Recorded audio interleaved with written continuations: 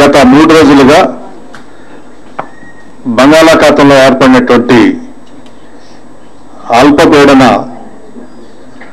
తుఫానుగా మారి భారీ వర్షాలు రాష్ట్ర వ్యాప్తంగా పడతా ఉన్నాయి. బహుశా ఈ సీజన్లో ఇవే పెద్ద వర్షాలేమో. ఈ ఏడాది పంటలు కూడా చాలా బాగుంటాయనేటువంటి ఆలోచనతో రైతులు ఎంతో ఆశగా ఎదురు చూస్తున్నటువంటి తరుణంలో ఈ భారీ వర్షాల వల్ల విపరీతమైనటువంటి చేతికి అందొచ్చేటువంటి పంట నీళ్లగారిపోయేటువంటి ప్రమాద పరిస్థితులు ఏర్పడ్డాయి. ఇప్పటికీ కూడా వర్షాలు పడతా ఉన్నాయి. సుమారు కొన్ని జిల్లాలు అయితే, శ్రీకాకుళం లాంటి జిల్లాలు అయితే 65 సెంటీమీటర్లు వర్షపాతం నమోదైందని చెప్పారు. విజయనగరం అయితే 57 అని. వరి కానీ, మొక్కజొన్న కానీ, ప్రత్తి కానీ, పొగాకు కానీ, ఇతరత్ర ఇంకా ఉన్నటువంటి చెరుకు కానీ లక్షలాది ఎకరాల్లో ప్రాథమిక అంచనాలు చూస్తే సుమారు 10 లక్షల ఎకరాల్లో పంట నష్టం జరిగిందనేది ప్రాథమిక నివేదికల ద్వారా తెలుస్తా ఉన్నాయి.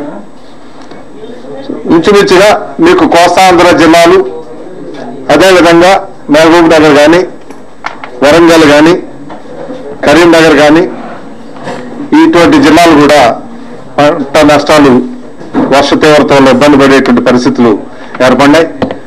ఒకవైపు రిజర్వాయర్స్ ఉధృతంగా నిండి పొర్లు ప్రవహించేటువంటి పరిస్థితులు ఉన్నాయి. కొన్ని చోట్ల గండ్లు పడ్డాయి, కొన్ని చోట్ల రోడ్లు కొట్టుకుపోయినటువంటి పరిస్థితి ఉంది. సుమారుగా ఇప్పటి వరకు అందినటువంటి సమాచారం ప్రకారంగా సుమారు 10 మంది పైనే చనిపోయినటువంటి పరిస్థితి ఉంది. హైదరాబాద్లోనే విజయనగర్ కాలనీలో గోడ కూలి 3 చనిపోయారు. మా పార్లమెంట్ సభ్యులు కూడా వెళ్ళి, రాజమోహన్ రెడ్డి గారు వీరంతా ఎమ్మెల్యేస్ వెళ్ళారు.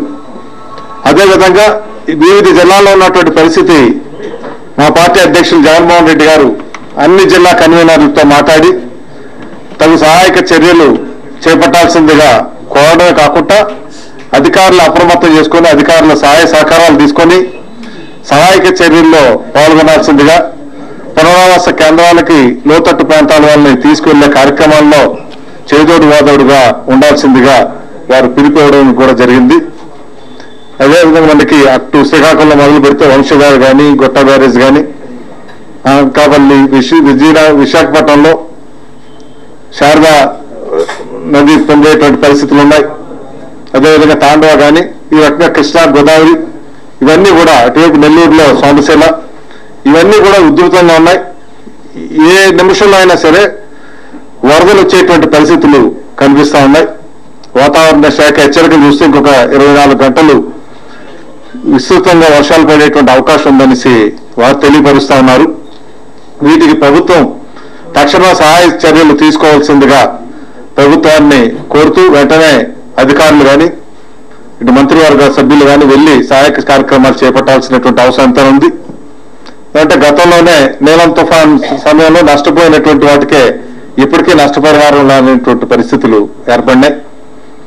మొన్న వచ్చినటువంటి 6 రోజులు దిగున వచ్చినటువంటి సైక్లోన్ వల్ల మనకి తీవ్రమైనటువంటి నష్టం లేకపోయినా శ్రీకాకుళంలో 4-5 మండలాలు నష్టపోయినాయి. మీకు కొబ్బరి తోటలు కానీ, జీడి తోటలు కానీ, అదేవిధంగా మత్స్యకారులు తీవ్రంగా నష్టపోయారు. ఇప్పుడు కూడా మత్స్యకారులు తీవ్రంగా నష్టపోయేటువంటి ప్రమాద పరిస్థితులు ఉన్నాయి. కాబట్టి వెంటనే సురక్షిత ప్రాంతాలకి తరలించాల్సినటువంటి అవసరం ఎంతైనా ఉంది. ఈ సహాయ కార్యక్రమాల్లో పాల్గొనాల్సిందిగా వైఎస్ఆర్ కాంగ్రెస్ పార్టీ శ్రేణులందరినీ కూడా హెచ్చరికలు చేయడం, మా అధ్యక్షులు జగన్మోహన్ రెడ్డి గారు ప్రతి ఒక్క జిల్లా కన్వీనర్లతోనూ అక్కడ ఉన్నటువంటి నాయకులతోనూ మాట్లాడి సహాయ కార్యక్రమాల్లో పాల్గొనమని కోరడం జరిగింది. బహుశా మీకు కూడా ఈ అంచనా వచ్చేంటే కొన్ని మార్కెట్ యార్డ్స్లో అయితే పొగాకు కానీ, మిర్చి కానీ, మొక్కజొన్న కానీ పూర్తిగా నీటి పాలైనటువంటి పరిస్థితి ఉంది వరంగల్ లాంటి మార్కెట్స్ లో. అదేవిధంగా ప్రకాశం జిల్లాలో లాంటి దాంట్లో 75,000 ఎకరాల్లో పత్తి నష్టపోయిందనేసి ప్రాథమిక అంచనాల్లో తెలిసింది. గుంటూరులో అయితే మీకు 1,00,000 ఎకరాల్లో నీరు నిలిచిపోయినటువంటి పరిస్థితి వల్ల టొమాటో, చిక్కుడు, బెండ అనేటువంటి హార్టికల్చర్ సంబంధించినటువంటి పంటలు నష్టపోయినటువంటి పరిస్థితులు ఉన్నాయి. అదేవిధంగా అనంతపురం జిల్లాలో వేరుశనగ, కర్నూలు జిల్లాలో అయితే మీకు ఆదోని మార్కెట్లో 40,000 క్వింటాల్ కాటన్ పూర్తిగా నీటి మునిగి పాడైపోయినటువంటి పరిస్థితి ఉంది.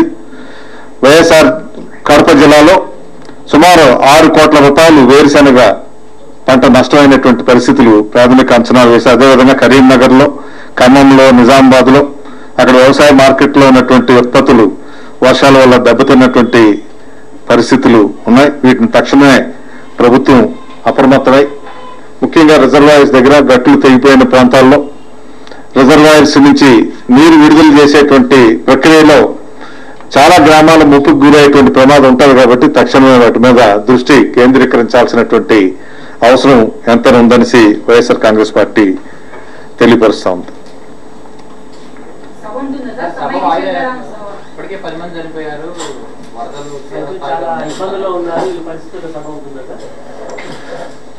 సభ విషయంలో అయితే ఇప్పుడే మీకు సభ నిర్వహణ కార్యక్రమాలు చూసేటువంటి ఒక కమిటీ ఉంది, వారు చూస్తున్నారు. సభ కార్యక్రమాలు అయితే యథావిధంగా కొనసాగుతాయి.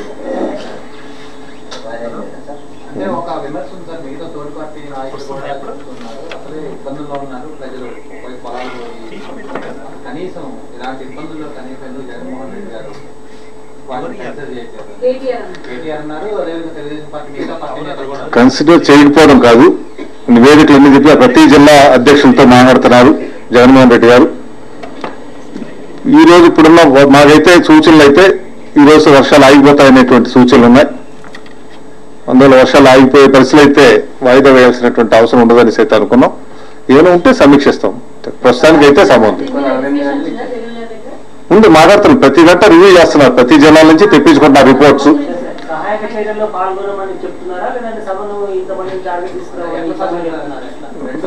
మీకు ఈ రెండు మిక్స్ చేయడం అన్నది ధర్మం కాదు. సభ అన్నది మీకు ఈ వర్షాలు వచ్చాక సభ పెట్టలేదు, మేము సభ అన్నది ముందు అనుకున్నటువంటి కార్యక్రమం. అందువల్ల మాకు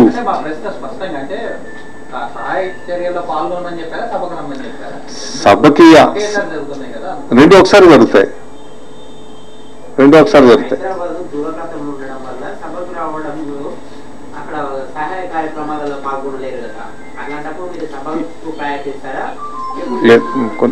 శ్రీకాకుళం లాంటి జిల్లాల్లో కొన్ని ఇబ్బందులు పడేటువంటి పరిస్థితులు ఉన్నప్పుడు అక్కడ స్థానిక పరిస్థితులు బట్టి వాళ్ళు అక్కడ నిర్ణయం తీసుకునే కార్యక్రమం ఉంటుంది.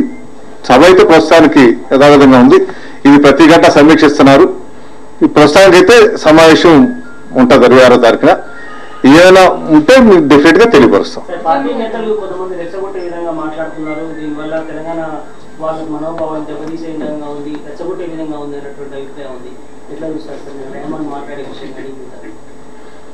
నేనైతే ఎవరు ఏం మాట్లాడారో అయితే నేను వినలేదు. మేమైతే మొదటి నుంచి చూస్తున్నాం, ఇది ఒక కుటుంబ సమస్య అని మేము చూస్తున్నాం. ఇది తెలుగు జాతి అంతా కూడా, తెలుగు బిడ్డలంతా కూడా ఒక కుటుంబ సభ్యులుగా, అన్నదమ్ములుగా కలిసిమెలిసి సహజీవనం ఇంతకాలం చేసాం, అభివృద్ధి సాధించుకున్నాం. ఇంకా అభివృద్ధి సాధించాల్సిందంతా ఉంది. అందువల్ల సహజీవనం చేయాలనే ఆలోచనతో కలిసే ఉండాలి మనం అనుకునేటువంటి సౌహృద్భావ వాతావరణంలో పెట్టే సమావేశం తప్పితే ఇది ఎవరిని రెచ్చగొట్టేటువంటి సమావేశం కాదు. ఆ ఉద్దేశం వైఎస్ఆర్ కాంగ్రెస్ పార్టీకి ఏమాత్రం లేదు. ఎవరైనా ఆ రకంగా మాట్లాడుంటే అది వాళ్ళ వ్యక్తిగతం అవుతుంది తప్పితే పార్టీది కాదు.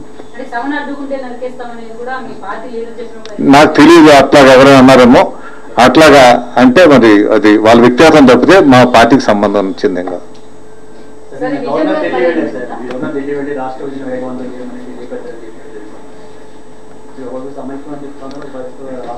అవును, గవర్నర్ చెప్పింది మాకు సంబంధం ఉంది. మేము ఇప్పటికే సమైక్యమే. గవర్నర్ విభజన చేయమంటే మేమేం సమాధానం చెప్తాం? కాంగ్రెస్ వాళ్ళు అడగాల.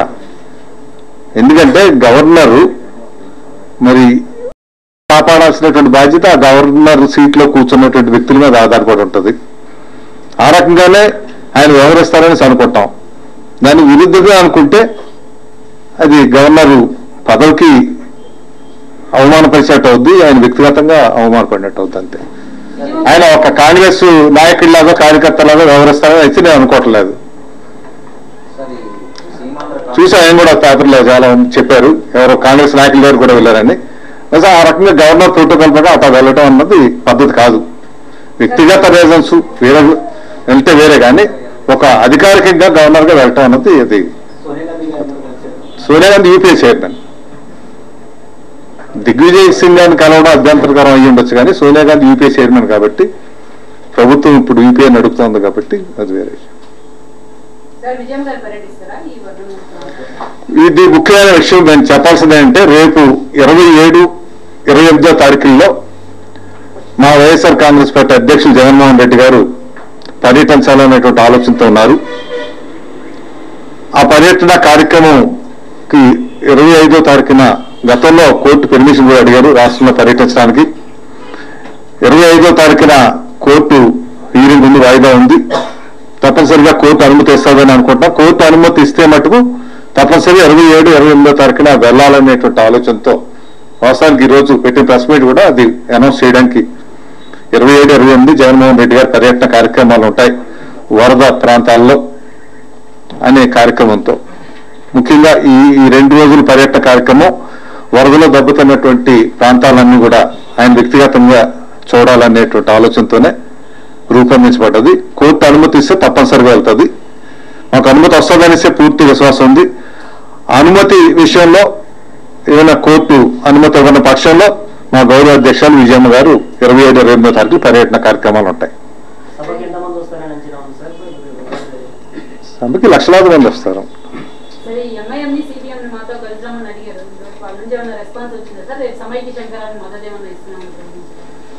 గతంలో వెళ్ళి అడిగారు కార్యక్రమం చేస్తామని, సమైక్య కార్యక్రమంలో పాలు పంచుకోమని.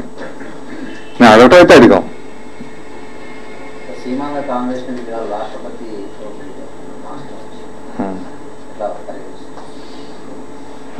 చెప్తున్నా మొదటి నుంచి కూడా ఇల్లు కాలిపోయినాక బొగ్గులు ఏరుకున్నట్టుంది అంతా.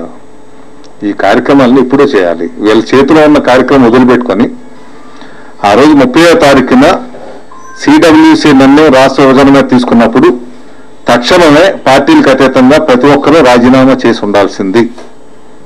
ఎంపీలు కానీ, మంత్రులు కానీ, ఎమ్మెల్యేలు కానీ. కానీ ఏ ఒక్కరు కూడా చేయలేదు. గతంలో 9 డిసెంబరు 2009లో చిదంబరం గారు ప్రకటించినప్పుడు రాష్ట్ర విభజన ప్రక్రియ మొదలవుతుందని వెంటనే 10వ తారీఖున అందరూ రాజీనామాలు చేయటం వల్ల ఆ కార్యక్రమం అక్కడతో ఆగే పరిస్థితి ఏర్పడ్డది. ఇప్పుడు ఆ ఉద్దేశం వీళ్ళకి లేదు కాబట్టి ఎవరూ రాజీనామాలు ఇవ్వడానికి ముందుకు రాలేదు. పైగా రాజీనామాలు ఇచ్చినటువంటి మమ్మల్ని ఆక్షేపించడం మొదలుపెట్టారు. ఇప్పుడు ఎవరు విషయాలు ఏమిటన్నా తేటతలం అవుతా ఉంది, బహిర్గతమైంది ఎవరు కుట్ర ఇందులో ఉందన్నది. ఈ కార్యక్రమం ఎప్పుడూ చేయాల్సింది. ఎప్పుడో మీకు శాసనసభ ప్రత్యేక సమావేశాలు పెట్టాలి, అందులో తీర్మానం చేసి ఉండాల్సింది. చేస్తే దేశవ్యాప్తంగా ఈ రాష్ట్ర అసెంబ్లీ ఈ రకంగా కోరుకుంటుందని తెలిసి ఉండేది. ఈ రకమైనటువంటి బలీయమైనటువంటి కోరిక ప్రజల్లో ఈ రకంగా ఉన్నప్పుడు ఆ కోరిక విరుద్ధంగా ప్రజాస్వామ్య దేశంలో వ్యతిరేక నిర్ణయం తీసుకునేటువంటి సాహసం చేస్తుందనేసి అనుకుని ఉండేవాళ్ళం కాదు. దురదృష్టవశాత్తు అవేం జరగట్లేదు. ఈ విభజన ప్రక్రియని ఫెసిలిటేట్ చేయడానికి ఈ కార్యక్రమాలన్నీ కూడా జరుగుతున్నాయి. Okay brother, thank you.